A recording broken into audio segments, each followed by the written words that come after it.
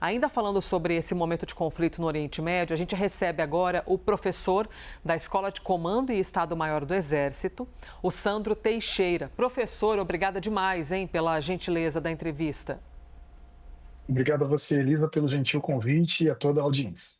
Professor, o que neste momento nos dá uma métrica de que as coisas estão piores do que antes? Porque já ocorreram outros ataques. Esse momento, essa questão de posições opostas entre Irã e Israel não é novidade. O Irã também é um inimigo dos Estados Unidos, o Irã que sustenta Hamas, Hezbollah, Houthis, Israel que luta ali também pela defesa da terra, né? A terra que tem toda uma relação histórica. Na linha do tempo, é um momento pior? A gente consegue ter essa métrica?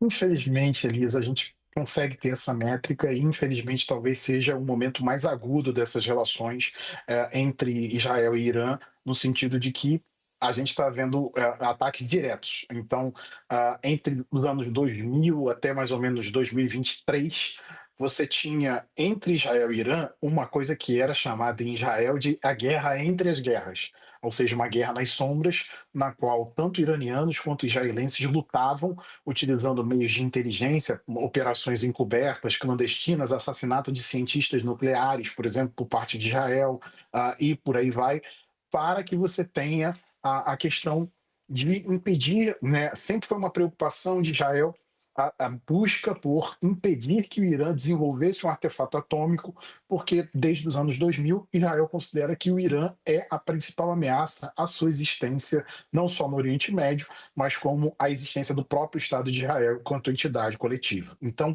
nesse sentido, esse momento, Elisa, que a gente está vendo, com ataques diretos feitos pela Força Aérea de Israel no Irã, enquanto a gente conversa aqui, está havendo um grande ataque da Força Aérea Israelense no centro do país, no Irã, buscando os lançadores desses mísseis que a gente tem visto todas as noites e madrugadas contra Israel, especialmente contra alvos civis israelenses.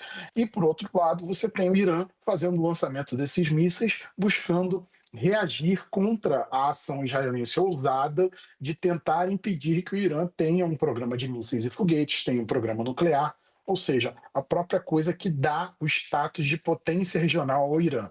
Então a gente tem dois atores que nesse momento apresentam-se de maneira irredutível, o que é apenas uma coisa que contribui para a escalada desse conflito, infelizmente.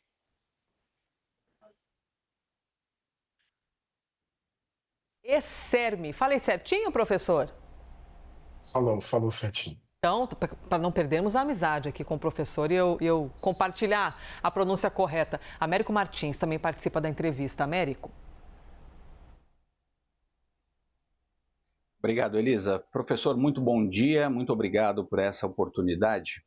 Eu tenho uma preocupação com o que está acontecendo ali, que é uma eventual corrida armamentista com mais países procurando ter programas nucleares, independente de quem vencer esse conflito, do que acontecer.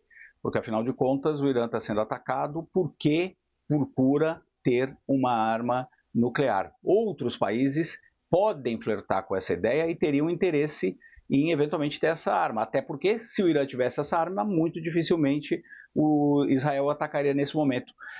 O senhor acredita que esse conflito, independente aí do resultado, pode desencadear, de fato, uma corrida armamentista?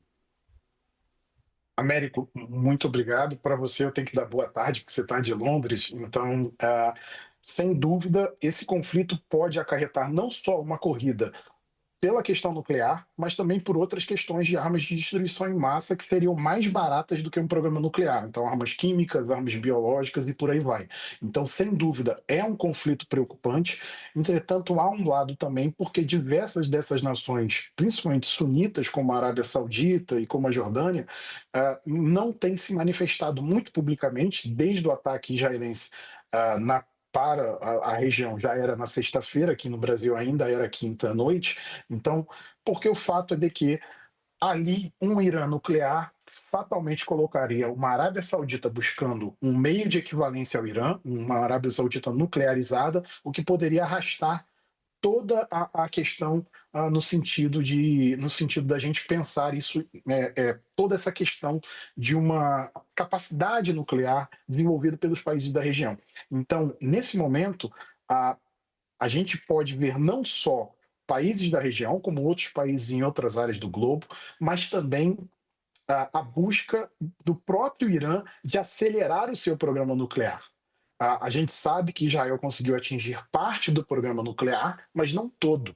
Então, como a gente tem visto os oficiais das forças de defesa de Israel dizendo que é uma campanha que durará semanas, pode ser sim que você tenha o Ayatollah Ali Khamenei tomando a decisão dramática de acelerar com todos os recursos possíveis que ainda restam ao Irã o seu programa nuclear. Então a gente está numa encruzilhada extremamente perigosa para a segurança internacional, extremamente difícil de lidar e que, embora a gente tenha tido manifestações do presidente dos Estados Unidos, o presidente Trump, o presidente da Rússia, Putin, trocando telefonemas entre si, trocando telefonemas com Benjamin Netanyahu, e também com outros líderes regionais, como o Erdogan da Turquia, a questão aqui é que a gente vê, sim, uma encruzilhada extremamente perigosa que pode estimular. Há alguns analistas, Américo, que colocam que talvez esse conflito seja a erosão final do programa de controle de armamentos, especialmente quanto à questão nuclear, infelizmente.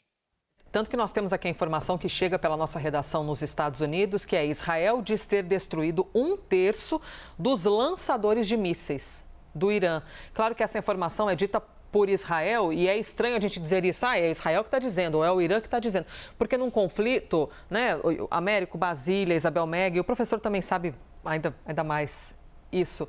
Cada um afirma uma coisa, né? É uma guerra de versões, uma guerra de verdades. Mas o que nós temos de informações neste momento? Israel dizendo, destruímos 1/3 dos lançadores de mísseis dos iranianos. Isabel Mega. Oi, professor, muito bom dia, é um prazer falar com o senhor de novo, muito obrigada por estar aqui novamente.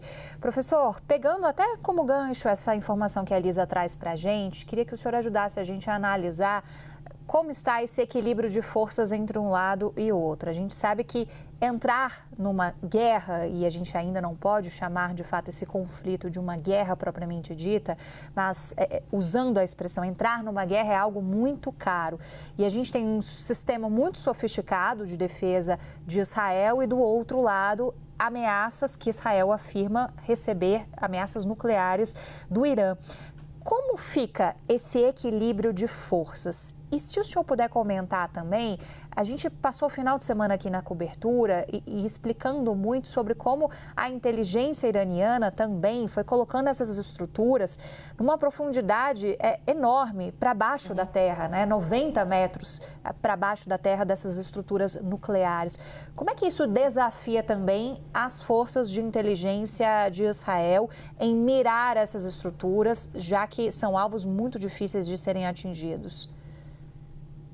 Bom dia, Isabel. A sua pergunta é ótima e eu vou começar respondendo ela de trás para frente. Então, como é que as instalações subterrâneas do programa nuclear iraniano e também do programa de mísseis e foguetes são um desafio para Israel? Elas são um desafio no sentido de que o Irã está usando a sua própria geografia como uma medida de defesa. Então, são áreas construídas em regiões montanhosas, em regiões onde o solo é muito duro e pode oferecer uma grande resistência a explosivos convencionais.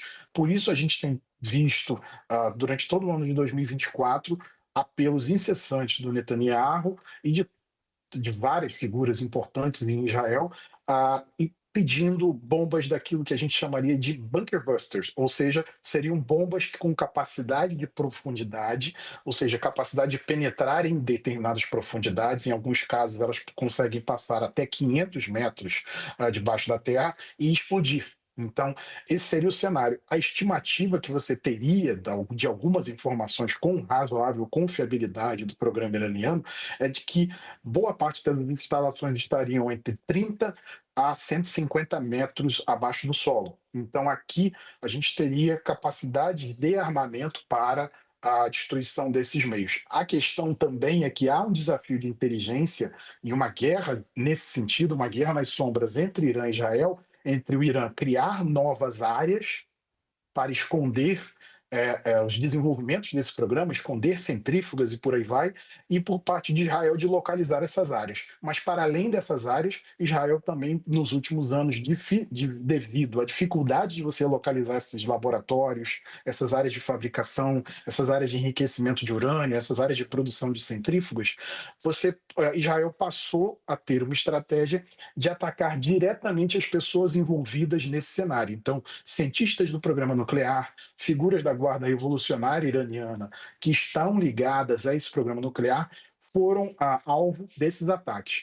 E no cenário de entender a correlação de forças, nesse momento que a gente tem, Isabel, acaba sendo uma coisa desigual. Desigual no sentido de que a Força Aérea de Israel agora opera de maneira praticamente livre e impune nos céus do Irã, devido à destruição de grande parte das capacidades de defesa aérea do Irã e devido ao fato de que o Irã opera aviões com muita idade de operação, muita dificuldade de operação. Então a gente vê essa questão. E aí acaba havendo uma superioridade de Israel no cenário de aviões, de aeronaves operando. Entretanto, o Irã procurou equalizar isso fazendo esse grande programa de mísseis e foguetes que a gente tem visto toda noite.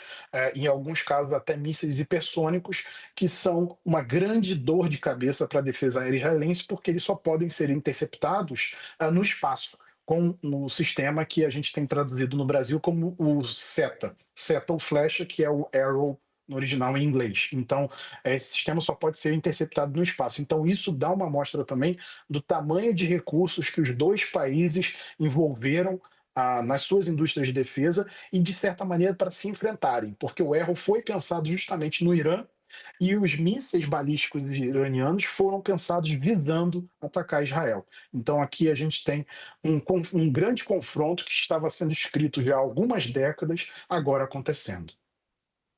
Basília Rodrigues. Oi, professor, obrigada pela disponibilidade de falar com a gente aqui na CNN Brasil. Em que medida um conflito acaba tumultuando o outro, né? Somando aí esforços contra a paz? Israel já travava uma guerra com o Hamas pela disputa da faixa de Gaza. Agora, o pico dessa área conflagrada, neste momento, a gente não está falando disso. A gente está falando de Israel versus Irã.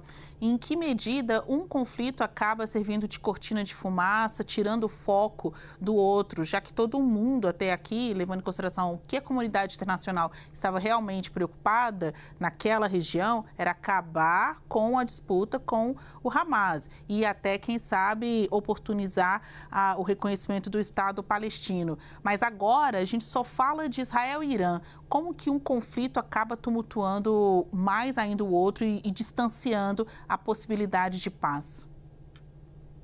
Sem dúvida, Basília, um conflito acaba atrapalhando a percepção do outro. A gente poderia estar falando também da guerra contra os Houthis do Iêmen, a própria guerra civil no Iêmen, a própria questão do sul do Líbano, porque embora você tenha um cessar-fogo, você ainda tem escaramuças, né, pequenos enfrentamentos entre as forças de defesa de Israel e o Hezbollah no sul do Líbano. Então a gente tem uma série de conflitos que acaba sendo sobreposto por esse grande conflito entre Israel e Irã.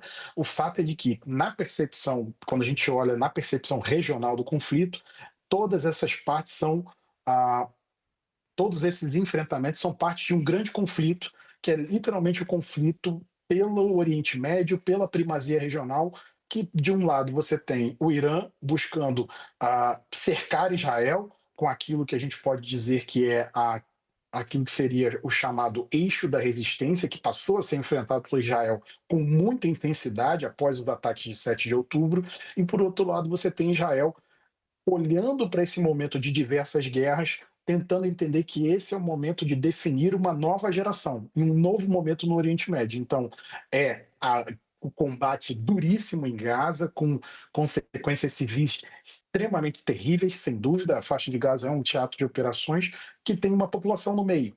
E isso acaba gerando um custo humano e trágico enorme. E o fato é de que o enfrentamento contra o Irã, de certa maneira, é visto por parte da sociedade israelense como talvez a guerra que acabe com todas essas guerras, porque há a percepção de que se o Irã for batido, se o Irã for vencido, você talvez diminuiria muito mais a capacidade do Hamas, e muito mais a capacidade do Hezbollah. Então, aqui há um conflito ligado umbilicalmente ao outro.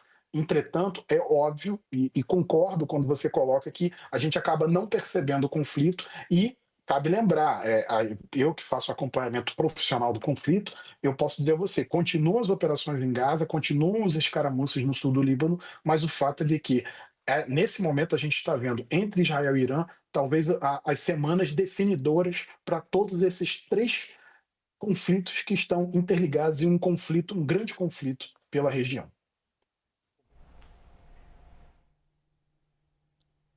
Américo? Obrigado, Elisa. Professor, eu tenho uma curiosidade. O senhor acabou de dizer que, obviamente, está acompanhando detalhes desse conflito. Outros oficiais das Forças Armadas Brasileiras também estão, porque é um conflito que, no final das contas, é muito rico em informação para as Forças Armadas se adaptarem em outros lugares do mundo. Eu queria, até por curiosidade, entender como é que vocês fazem um estudo do que está acontecendo lá em real time e adaptam isso para a realidade das Forças Armadas Brasileiras. Ou seja, como é que o Exército, a Marinha, a Força Aérea Brasileira, como eles aprendem a partir desses conflitos?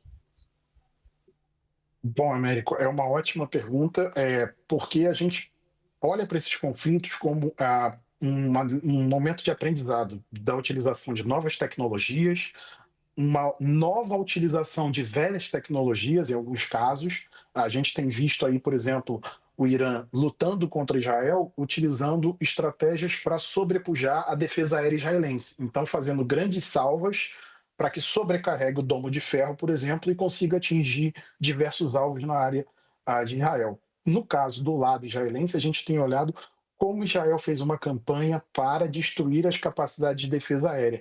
E aí a gente procura informações com as nossas redes de adidos que estão na região, com outros exércitos que também têm estudado esses conflitos e procurado colher aprendizados aí, lições, assim também como já uma grande produção acadêmica que existe sobre esse conflito no exterior e contato com especialistas no exterior. Então a gente tem procurado fazer isso, procurado ter maior gama de maior apuração de diversos lados possíveis para que a gente não fique enviesado. Como a Elisa falou, o desafio não é só para vocês jornalistas, né? Israel disse uma coisa, o Irã disse outra. A gente também tem esse desafio quando a gente olha do lado profissional, quando a gente pensa na preparação para a defesa e para a segurança do país. Então, nesse cenário, a gente está olhando, procurando o máximo de informações, o máximo de gamas possíveis para a gente poder obter essas informações. E aí tem toda essa gama que a gente lança aí, adidos, informações, periódicos especializados militares, contatos com diversos especialistas no Brasil e no exterior, para a gente poder ter essas lições de como esse conflito está sendo travado. O desafio ainda, essa dosimetria da dor. Qual que é a dose da dor? Porque não, essa morte aqui foi pior. Não, porque aquela morte para uma família que perde alguém é algo terrível, que seja um, que sejam 100. É muito difícil ver uma guerra de fora, ver um conflito de fora, né? E encontrar quem está com a razão. Às vezes ninguém está com a razão, mas o conflito continua. Professor, muito obrigada. A Escola de Comando e Estado-Maior do Exército. Professor da Escola de Comando e Estado-Maior do Exército, Sandro Teixeira. Obrigada, professor. Eu é que agradeço a você, Elisa, e toda a mesa pelas perguntas, pela oportunidade de debate. Só queria deixar uma mensagem aqui rapidamente, Elisa. John Howe, um famoso romancista inglês, dizia que nenhum homem é uma ilha. Então, o estudo da guerra é sempre importante porque é justamente para a gente poder evitar que essa tragédia se abata sobre nós. Então, é sempre importante manter essa dimensão humana e muito obrigado por isso. Perfeito. Bom dia a todos e a toda a nossa audiência. Muito obrigada, professor.